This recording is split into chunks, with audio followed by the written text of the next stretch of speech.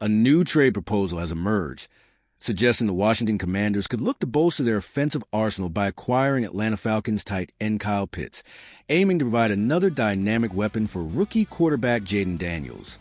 Trade speculation is always rampant in the NFL, and this particular idea, floated by Bleacher Report, posits a scenario where Washington sends a 2026 third-round pick and a 2027 third-round pick to Atlanta in exchange for Pitts.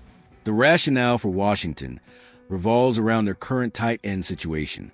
While veteran Zach Ertz was productive last season, leading Commanders pass catchers with 66 receptions for 654 yards and 7 touchdowns, and was re-signed to a one-year deal, he's not viewed as a long-term solution due to his age. The team also invested a 2024 second-round pick in Ben Sinnott. Adding Pitts, according to proposal, would create a formidable young tight end duo to support Jaden Daniels' development for years to come. The thinking is that offensive coordinator Cliff Kingsbury could creatively deploy Pitts and Sinnott alongside receivers like Terry McLaurin and potentially Deebo Samuel, though Samuel is on a one-year deal, to create matchup nightmares. However, the financial and draft capital implications raise significant questions. Pitts is playing on his fifth-year option in 2025 and will require a new, likely expensive, contract thereafter. For Washington, committing 2 future third-round picks for a player who might only be on a roster for 1 guaranteed season before needing a big payday seems like a steep price, and potentially out of character for GM Adam Peters' typical approach. While Ertz is a short-term solution, Pitts, without an immediate extension, would also only be guaranteed for that same 2025 window. From the Falcons' perspective, trading Pitts would mean moving on from the highest drafted tight end in NFL history, a player who showed immense promise as a rookie but has had inconsistent production since.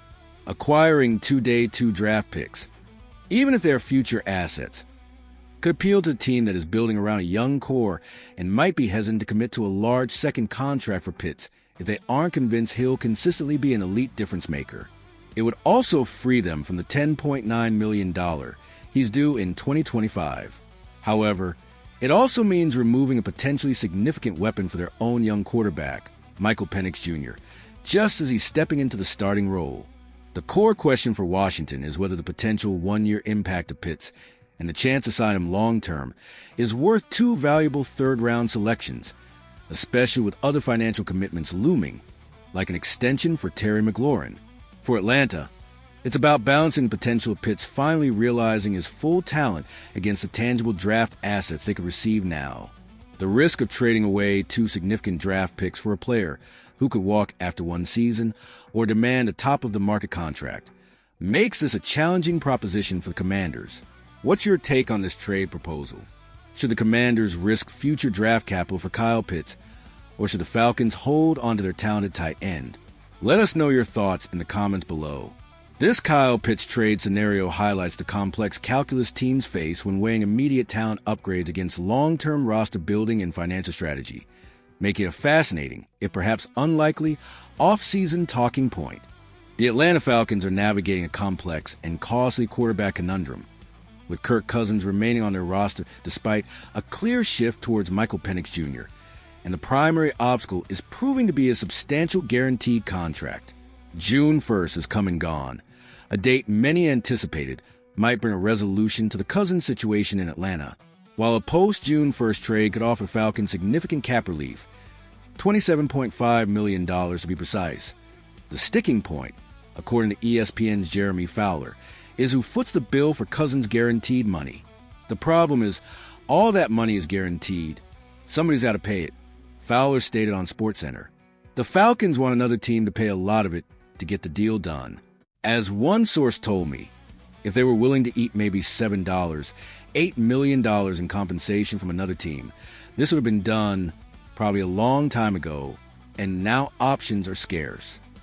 This financial standoff has effectively stalled any potential trade, despite initial speculation linking Cousins to teams like the Pittsburgh Steelers, whose interest was reportedly contingent on Aaron Rodgers' plans. With Rodgers seemingly staying put, that avenue appears closed, further shrinking the market. The Falcons made a decisive move by drafting Michael Penix Jr. with the 8th overall pick in the 2024 NFL Draft, signaling him as their quarterback of the future. This came after signing Cousins to a massive 4-year, $180 million contract with $100 million guaranteed in the previous offseason. Cousins' first year in Atlanta was a mixed bag. Returning from an Achilles tear suffered in 2023 with the Minnesota Vikings, he threw for 3,508 yards, 18 touchdowns, and 16 interceptions, completing 66.9% of his passes, before eventually being benched for Penix Jr. This performance, coupled with a significant investment in Penix, made trade rumors inevitable. However, the Falcons' desire for another team to absorb a large portion of Cousins' remaining guaranteed salary has proven to be a major impediment. The reality now is that there simply isn't a robust market for a quarterback with Cousins' contract, especially when the team looking to offload him is unwilling to sweeten the deal significantly by eating more of the guaranteed money. As Fowler highlighted, if the Falcons were more flexible on the financial front, a trade likely would have materialized much earlier. Instead, they find themselves in a situation where their highly paid veteran is slated to be a very expensive backup. While Cousins has expressed his continued desire to play, his immediate future seems tied to Atlanta, barring an unexpected shift in the market or a change in the Falcons' financial stance. This leaves the Falcons in an awkward position, committed financially to a player who is no longer their starter and unable to find a trade partner willing to meet their terms. What do you think the Falcons should do? Should they absorb more of Cousins' contract to facilitate a trade? Or is keeping him as an experienced backup the best of the difficult options? Let us know your opinion in the comments. The Kirk Cousins saga in Atlanta underscores the high-stakes nature of NFL contracts and the challenging decisions teams face when long-term plans and hefty financial commitments collide.